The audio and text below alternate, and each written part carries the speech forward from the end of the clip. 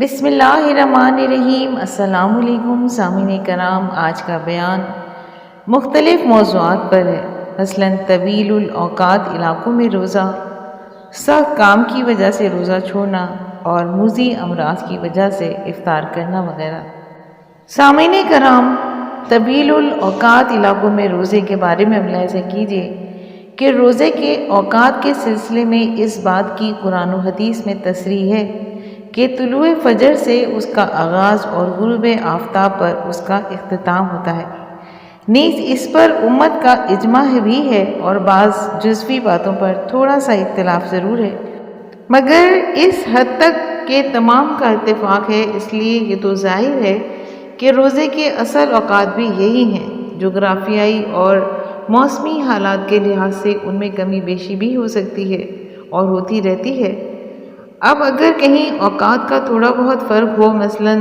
دن 12 گھنٹوں کے بجائے 16 یا 17 گھنٹوں کا ہو جائے، تب تو ظاہر ہے کہ روزے کا یہی حکم رہے گا۔ لیکن اگر غیر معمولی فرق ہو جائے، مثلاً 20 یا 22 گھنٹوں کا دن ہو جائے اور 2-4 گھنٹوں کی رات رہ جائے، تو بھی قرآن و حدیث کی عمومی احکام کا تقاضا ہے کہ روزہ طلوع فجر سے غروب آفتاب تک ہوگا اور فتویٰ اسی پر ہے۔ البتہ چونکہ بسا اوقات اس کی وجہ سے غیر معمولی مشقت پیدا ہو جائے گی اور عمر رسیدہ یا کمزور آدمی کے لیے روزہ رکھنا دشوار ہو جائے گا، اور ان کو یہ خصوصی سہولت دی جا سکتی ہے کہ وہ رمضان المبارک میں روزہ نہ رکھیں، اور آئندہ جب موسم ہلکا اور قابل تحمل ہو جائے تو ان کے اوقات نسبتاً کم ہو جائیں تو قضا کر لیں، جیسا کہ فقہاء نے بھوک و پیاس کی ہلاکت خیز شدت کو بھی روزہ توڑنے کے لیے عذر قرار دیا ہے۔ لیکن جہاں ایک طویل عرصہ دن اور پھر اسی طرح رات کا سلسلہ رہتا ہے، وہاں جس طرح نماز کے اوقات کا اندازے سے تعین کیا جائے گا، اسی طرح ماہ رمضان کی آمد اور روزے کے اوقات کا بھی ایسے مقام کے باشندوں کو ان مقامات کے مطابق عمل کرنا چاہیے جو ان سے قریب ہوں، اور وہاں معمول کے مطابق دن اور رات کی آمد و رفت کا سلسلہ ہو۔ سامعین کرام، اس کا ذکر جدید فقہی مسائل کے حل میں موجود ہے۔ سامعین کرام، موذی امراض کی وجہ سے افطار کے بارے میں بھی ملاحظہ کیجیے کہ بیماریوں کی وجہ سے روزہ توڑنے کی اجازت کب ہے۔ اس سلسلے میں یہ باتیں پیش نظر رکھی جائیں کہ مریض کو جب روزے کے باعث ہلاکت یا کسی عضو کے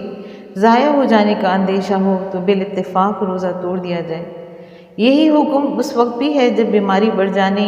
یا طول پکڑ لینے کا اندیشہ ہو، اور روزہ افطار کرنے کی صورت میں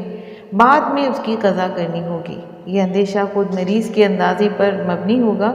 بشرطے کہ یہ اندازہ کسی مسلم طبیب کے مشورے، تجربات یا علامات پر اس طرح مبنی ہو کہ مریض کو ان باتوں کا غالب گمان ہو جائے، محض وہم نہ ہو۔ اور صحت مند آدمی کو بھی اگر بیمار ہو جانے کا اندیشہ ہے تو اس کو بھی افطار کی اجازت ہے۔ ان اصول کی روشنی میں جو مہلک امراض ہوں ان کی وجہ سے روزہ توڑنے کی اجازت ہے، محض وہم، تھکن اور کمزوری کے ڈر سے نہیں۔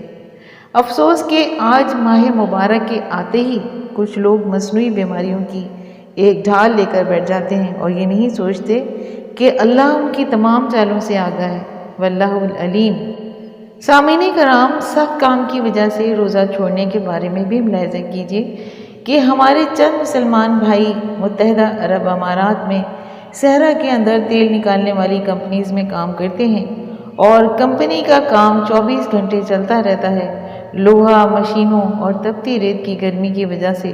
روزہ دار کی زبان منہ سے باہر نکل آتی ہے اور گلا خشک ہو جاتا ہے اور بات تک کرنا مشکل ہو جاتا ہے، اور کمپنی کے مالکان مسلمان اور غیر مسلم ہیں، اور کام کرانے والے بھی اکثر غیر مسلم ہیں، جو کہ رمضان المبارک کے بابرکت مہینے کی رعایت ملازمین کو نہیں دیتے، یعنی کام کے اوقات کو کم نہیں کرتے۔ تو اس حالت میں شریعت مطہرہ کا کیا حکم ہے؟ سامعین کرام، اس کا جواب ہے کہ کام کی وجہ سے روزہ چھوڑنے کی اجازت نہیں ہے، اس لیے روزہ تو رکھ لیا جائے، لیکن جب روزے میں حالت مخدوش ہو جائے تو روزہ توڑ دے، اور اس صورت میں قضا واجب ہوگی، کفارہ لازم نہیں ہوگا۔ سامعین کرام، ایک سوال کیا جاتا ہے کہ کیا ہم 31 روزے رکھیں؟ اس کے بارے میں ملاحظہ کیجیے کہ اگر ہم نے سعودی عرب میں رمضان کے روزے رکھنے شروع کیے ہوں اور پھر ہم نے مشرقی ایشیا کے اپنے ممالک کی طرف سفر شروع کر لیا ہو، جہاں عام طور پر قمری مہینہ سعودیہ سے ایک دن پیچھے ہوتا ہے، تو کیا اس صورت میں ہم 31 روزے رکھیں؟ اس کا جواب ہے کہ اگر آپ نے سعودیہ وغیرہ میں روزے رکھنے شروع کیے اور پھر باقی روزے اپنے ملکوں میں جا کر رکھے تو باقی روزوں کے سلسلے میں اپنے ممالک کے لوگوں کے ساتھ ہی روزے رکھیں اور ان کے ساتھ ہی چھوڑ دیں، خواہ اسی طرح روزوں کی تعداد 30 سے زیادہ کیوں نہ ہو جائے،